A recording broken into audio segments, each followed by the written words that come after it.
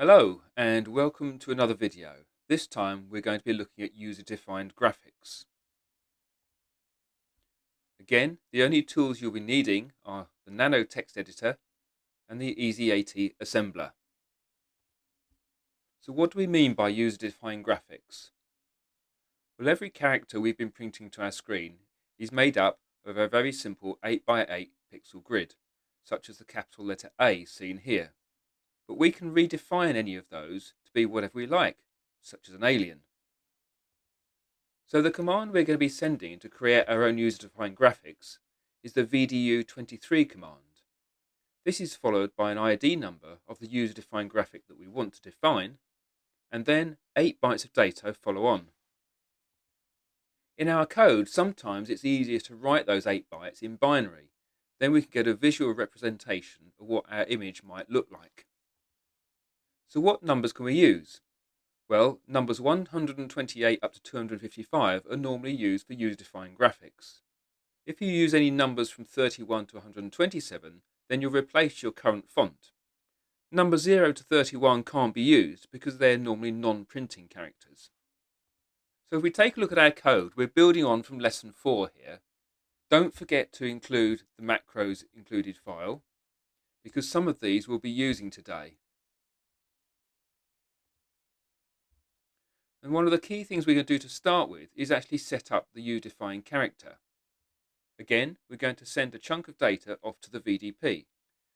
And that data I've defined down here. I've also set up an equate for alien, so I can call this character alien, and it's always going to be number 128. So wherever I use the word alien, it will replace it with 128. So we're sending 23, which is the character definition code, followed by alien, which is the actual number we're going to use to represent its ID, followed by 8 bytes of data.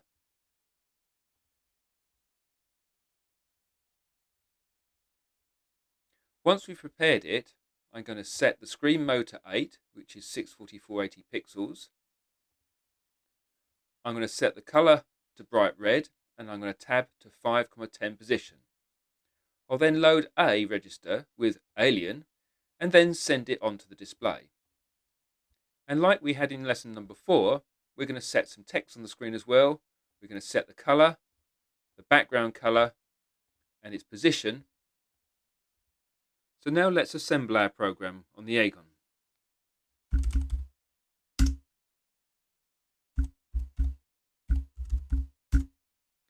Here we can see, as usual in Nano, what it will look like.